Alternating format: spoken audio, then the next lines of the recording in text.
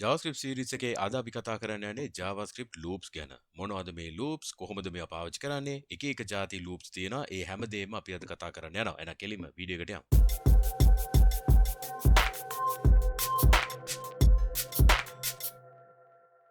අයිබන් මගේ front end යාළුවෝ හැමෝටම ඔබ මේක තුලා සිටින්නේ MCodes Frontend YouTube channel එකට. channel එකට අලුත් නම් subscribe කරලා MCodes family එකට එකතු වෙන්න. හරි.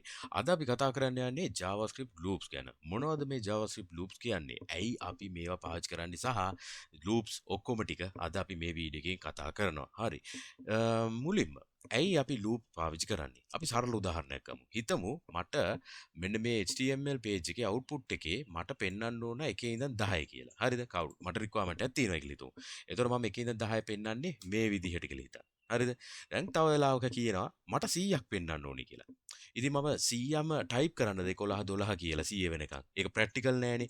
ඉතින් ඒ වගේ වෙලාවකට ඉක්මනට එකපාර ලූප් එකකින් අපිට ලියන්න පුළුවන් කියලා අපි ගොඩක් වෙලාවට software industry එකේ කතා කරන කතාවක්. අපි ලූප් එකක් ලියමු. එතකොට මේක ඉක්මනට වැඩේ කරගන්න පුළුවන් කියලා. ඒ ඉක්මනට වැඩේ කරගන්න පුළුවන් කියන එකට තමයි අපි මේ ලූප් පාවිච්චි කරන්නේ. එහෙනම් ඕගොල්ලන්ට මම කෙලින්ම කියලා දෙන්න සරලව ලේසියෙන්ම කොහොමද මේ ලූප්ස් අපි පාවිච්චි කරන්නේ කියලා. අපි එහෙනම් පළවෙනි ලූප් එක ගැන කතා කරමු. මම මේක මෙතනින් මකන්නම්. හරි. එහෙනම් අපි ස්ක්‍රිප්ට් ටැග් එකට යමු. ස්ක්‍රිප්ට් එකට. පළවෙනිම අපි කතා කරනවා for loop ගැන. කොහොමද අපි for loops පාවිච්චි කරන්නේ? අපි for loops ලියද්දී දැන් අර ඉස්සල්ලා එක්සැම්පල් එක ගමුකෝ. 1 ඉඳන් 10ට පෙන්නන්න. අපි කොතනින් හරි පටන් ගන්න ඕනේ. ඒක ඉවර වෙන්න කියන්නත් ඕනේ. ඒ වගේම එකින් එක තමයි මේක ඇඩ් වෙවි යන්න ඕනේ. ඔය තුන අපි කියන්න ඕනේ. පටන් ගන්න ඉලක්කම මොකද්ද? ඉවර වෙන ඉලක්කම මොකද්ද? ඒ වගේම කීයෙන් කීය මේක ඇඩ් වෙවි යන්න ඕනේද? ඕක තමයි අපි for loop එකෙන් දෙන්නේ. හරි. එහෙනම් අපි ලියමු. මොකද්ද මම මුලින්ම කියප එක? පටන් ගන්න ඉලක්කම. අපි let I equal 0 කියලා ලියනවා. ඒ පටන් ගන්නේ. ඉවර වෙන්න ඕනේ කොතනින්ද? ඒක ඊළඟ කන්ඩිෂන්. අපි semicolon එකක් තමයි ඊළඟ එක ලියන්න ගන්නෙ. I less than 10 කියලා කියනවා. 10 වෙනකන් කියලා. ඊට පස්සේ කීයෙන් කීය වැඩි වෙන්න ඕනද? ආයි semicolon එකක් දාලා I++ කියලා දානවා. එකින් එක වැඩි වෙන්න. මම මේ හැම ඔපරේටර් එකම ගැනම කියලා දුන්නා මේ වීඩියෝ එකේ මගේ එක ඔපරේටර්ස් පාඩමේ බලන්න ඒකත් මම දාලා දෙනවා ඩිස්ක්‍රිප්ෂන් එකේ ඒ ලින්ක් එක. හරි. මම මේක console log එකක් දාන්නම් I අකුරට. හරිද? මම මේක සේව් කරනවා. දැන් ඕගලන්ට බලා ගන්න පුළුවන් 0 to 9. මොකද 9 උනේ මේක equal නැති නිසා මම equal උත් දාන්නම්කෝ. එහෙනම් ඔයගොල්ලෝ බලා ගන්න පුළුවන් 0 ඉඳන් 10 වෙනකන්. අපිට 0 ඉලක්කම එපා නම් මම මේක 0 මකලා 1 කියලා දානවා. එතකොට 1 to 10. එතකොට මේ එකින් එකට තමයි එකතු වෙන්නේ. හරි. දැන් අපි හිතමු මේක දෙකෙන් දෙකට එන්න ඕනේ කියලා. එතකොට දෙකෙන් දෙකට එන්න ඕන නම් අපි මෙතනට දානවා plus equal to කියලා. දෙකෙන් දෙකට එන්න නම් plus equal to කියලා මම මේක run කරොත් ඔයගොල්ලෝ බලා ගන්න පුළුවන් 1 ඊට පස්සේ 2 3 5 7 9 ওই විදිහට තමයි එන්නේ දෙකෙන් දෙකට එකේ ඉඳන්. එතකොට අපි හිතමු බිඳුවේ ඉඳන් යනවා කියලා. බිඳුවේ ඉඳන් යනවා නම් 0 2 4 6 8 10 වෙනකන් 10න් ඉවරයි. හරි.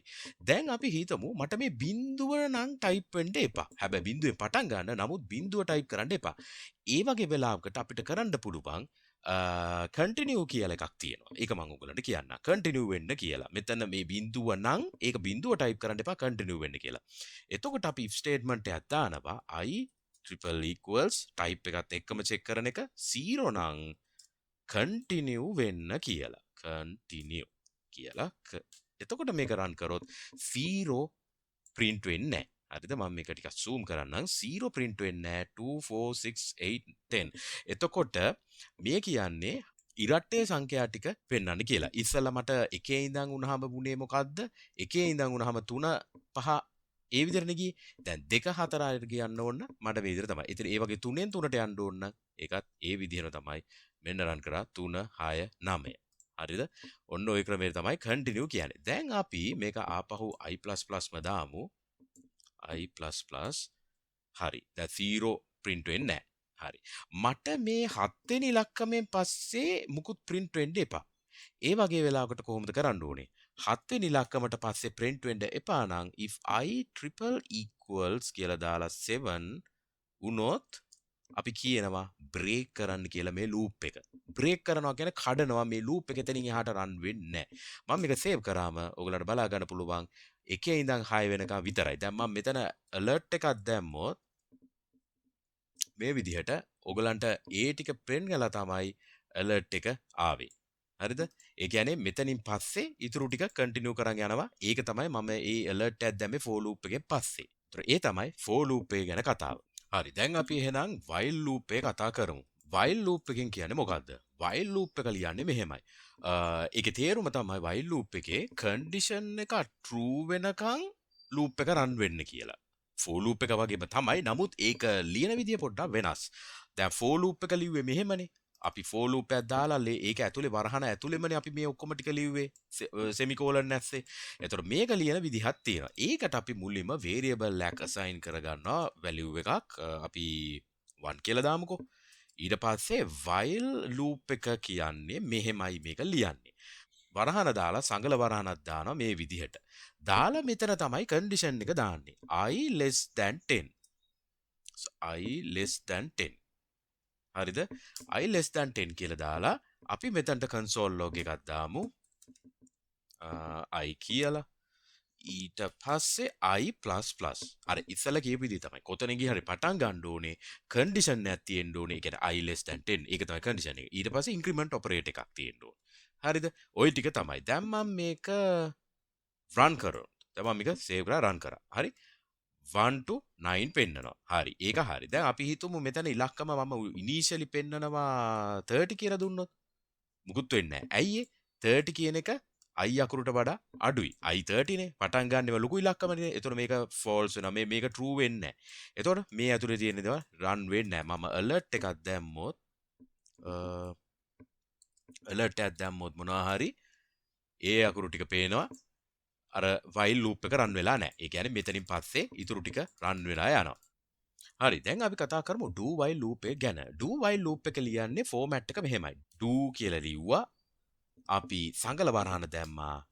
සංගල වරහන් පිටින් තමයි අපි condition එක දාන්නේ while loop while කියලා ලියලා. එතකොට I less than 10. ඔන්නෝක තමයි condition එක. එතකොට මම ලියන්නම් console log එක console.log I කියලා ඊට පස්සේ increment එක.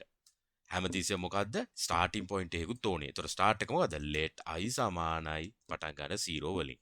ඊට පස්සේ I++ එක increment එකක් තියෙනවා condition එකක් තියෙනවා. දැන් මොකද්ද මෙතන වෙන්නේ? I = 0 නේ. do while loop එකේ එක වෙනස තමයි මෙන්න මේ value එක මුලින්ම යනවා loop එක ඇතුළට. ඒක check කරන්නේ නැහැ. check කරන්න කලින් මේක display වෙලා ඊට පස්සේ තමයි value එක increment කරන්නේ. දැන් මම මේක run කරොත් ඔයගලන්ට බලන්න පුළුවන් 0 to 9 display වෙනවා. මේකේ තියෙන ප්‍රශ්නේ මේකයි. condition එක check කරන්න කලින් මේක display වෙනවා. දැන් හිතන්න මම මේක 30 කියලා දැම්මොත් 30 කියලා දැම්මොත් 30ක් display වෙනවා. හැබැයි මගේ ඇත්තටම මට මොකද්ද පෙන්න ගන්න ඕනුනේ 0 to 10. ඒතකොට මේක 0 to 10 වලටත් වඩා එහා ඉලක්කමක් උනත් මේ do while loop එකේදී do එක ඇතුළට යනවා. ඒතකොට do ඇතුළට ගියාම මේ console එක පෙන්නලා ඊට පස්සේ තමයි condition එක true the false කියලා බලන්නේ. ඒ කියන්නේ අනිවාර්යයෙන්ම එයා ඇතුළට යනවා. ඒතකොට ඒක තමයි මේ do while loop එකේ තියෙන වෙනස. ඉතින් සමහර වෙලාවට අපිට programming වලදී ඒ වගේ දේවල් logic හදන්න බැරි. ඉතින් ඒ වෙලාවට මේ do while පාවිච්චි කරන්න. හරි. දැන් අපි කතා කරමු forEach loop එක කොහොමද දාන්නේ කියලා. forEach loop එක පොඩ්ඩක් වෙනස් අනිත් අපි කතා කරපු loops කට්ටියට වඩා. ඒ තමයි මේ forEach loop එක අපි පාවිච්චි කරනවා array එකකට. හරිද? array එකේ දැන් අපිට තියෙනවා numbers 4ක්. මේ array එකේ මේ හැම number එකකටම traverse කරලා array එකේ element ටික print කරගන්න එක තමයි දැන් මම කරන්න යන්නේ. ඒක for loop එක පාවිච්චි කරලා forEach loop පාවිච්චි කරලා තමයි ඒක කරන්න යන්නේ. එහෙනම් numbers කියලා දාලා dot forEach ඊට පස්සේ වරහනක් දානවා. ඔය වරහන ඇතුළට අපි දාන්නේ callback function එකක්. එහෙනම් අපි ඒක දාමු මේ විදිහට. පළවෙනිම numbers කියන එකේ පළවෙනි number එක ගැන කියන්නේ n කියලා මම දානවා. number කියලා දාන්නම්කෝ. number, i. i කියන්නේ index එක. index එක කියන්නේ මෙයාගේ 0 1 2 3. දැන් මේ index එක අනිවාර්යයෙන්ම නෑ. හැබැයි number කියන එක අනිවාර්යෙන් දාන්න ඕනේ. මම මේ console log කරන්න යන නිසා තමයි මම මේ I කියන එක මෙතනට දැම්මේ. ඊට පස්සේ arrow function එකක් දාලා මේක මැද්දට තමයි මම දාන්නේ console log එක. console log number කියලා දාලා මම run කරොත් ඔයගලන්ට බලා ගන්න පුළුවන් 15 4 12 40 කියලා මේ තියෙන array එකේ elements ටික මෙතන print කරනවා. හරිද? ඊට පස්සේ මම i කියලා එකක් ගත්තනේ. මම මෙතන i කියලා එකකුත් දැම්මොත් ඔයගලන්ට බලා ගන්න පුළුවන් 0 කියන්නේ 15, first එක, second එක, third එක. අන්න ඔය විදිහට පේනවා. ඒකට තමයි මම i කියලා දැම්මේ. මට මේ i පෙන්වන්න ඕනේ නැත්නම් මට මේ i කියන එක මෙතන දෙන්න ඕනේ නැහැ. එතකොට 15, 4, 12, 40 කියලා ලස්සන්ට පෙන්නනවා. හරි. දැන් මම තව දෙයක් කරන්න. මම මේ හතරම එකතුව මට ගන්න ඕනේ කියලා හිතමුකෝ. එහෙනම් මම ඒකට කරන්නම් let sum equal 0 කියලා. හරිද? මම මේ හතරම එකතුව ගන්න ඕනේ. ඉතින් මුලින්ම sum කියලා variable එකක් හැදුවා 0 කියලා. එහෙනම් මම මෙතන console log එකක් දාන්නම් sum plus equal number කියලා. මම නෑ console log මෙතන නෙමෙයි. මේ ටික මකලා මෙතනින් එළිය මම console.log කියලා sum කියන එක දාන්න. දැන් ඕගලන්ට පේනවා 71යි. මම දැන් එක ඉලක්කයක් වැඩි කරොත් 72 වෙයි. 72යි. හරිද? මම මේක 50 කරාම 82 වෙයි. 82යි. දැක්කද? sum එක ලස්සනට පෙන්නනවා. මේ forEach loop එකෙන් තමයි ඒ දේ කරේ. හරි. එහෙනම් අපි ඊළඟ loop එක ගැන කතා කරමු. හරි. දැන් අපි කතා කරන්නේ for in loop එක ගැන. for in loop එක අපි පාවිච්චි කරන්නේ objects වලට. එහෙනම් මම මෙතන හදලා තියෙනවා object එකක් employee කියලා, name, age, category කියලා. මම දැන් කරන්න යනවා for in loop පාවිච්චි කරලා මෙතන දැන් key value ප්‍රයා විදිහට තියෙන්නේ. මෙතන key එක මට display කරගන්න ඕනේ කියලා. එහෙනම් මම for in loop එක පාවිච්චි කරනවා. ඉතින් මම ලියන්නේ මෙහෙමයි. for කියලා දාලා වරහණක් දාලා මම variable එක const කියලා employee ගේ මම emp මම key කියලා දාන්න. key එක තමයි පෙන්වන්නේ. මේ key එක in employee object එකේ. අද ඒ වගේ. හරිද? දැන් මට key එකනේ පෙන්වන්න ඕනේ. console.log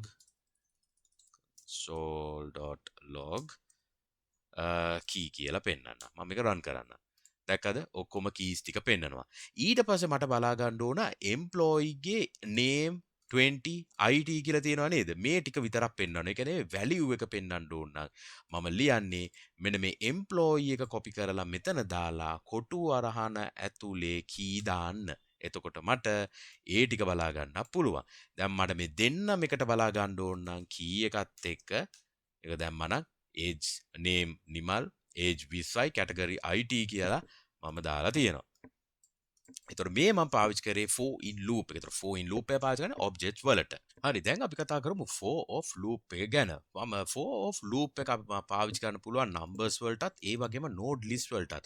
node list කියන්නේ හිතන්න අපේ HTML page එකේ ගොඩක් li ul li tags ගොඩක් තියෙනවායි කියලා. එතකොට ඒකෙදි අපිට li's ඔක්කොම ටික පෙන්වන්න ඕන නම් ඒකේ තියෙන details ටික ගලන්න ඕන නම් අපිට මේ for of loop එක පාවිච්චි කරන්න පුළුවන්. right එහෙනම් දැන් මම මේ for of loop එක කියනවා මම මෙතන array එකක් පාවිච්චි කරලා තියෙනවා. මේ array එකේ තියෙනවා 15 5 12 50 කියලා. එතකොට මම මෙන්න for of loop එකේ format එක ලියන්න. for කියලා දැම්මා. දැන් මේ numbers array එකක්නේ. ඉතින් මම මෙතන key එක විදිහට ගන්නම් const num කියලා දාලා of numbers. හරිද? ඒ විදිහට තමයි ඒක දාන්නේ. එතකොට මම සංගල වරාන අනිත් ඒවල වගේම දාලා console log එකක් දානවා num කියලා. දාපු ගාම මට බලා ගන්න පුළුවන් ඒ ඔක්කොම elements ටික. ඉතින් මම මේ පාවිච්චි කරේ for of loop එක. එතකොට මේ for of එකෙන් අපි මේ වගේ දෙයක් කරන්නේ arrays ටික තියෙන elements ටික print කරගන්නේ ඔහොමයි. ඉතින් අපි කතා කරා අපි ගොඩක් ඒවා ඒ කියන්නේ loops වල for loop එක කතා කරා, while loop එක කතා කරා, ඒ වගේම do while, for each loop එක, for in loop එක සහ for of කියන loop ಜಾති කීපය.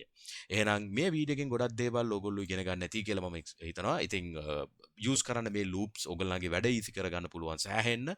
එහෙනම් ඊළඟ වීඩියෝ එක හම්බෙමු අපි. එතකන් හැමෝටම ජය වේවා. cheers අපි ගියා.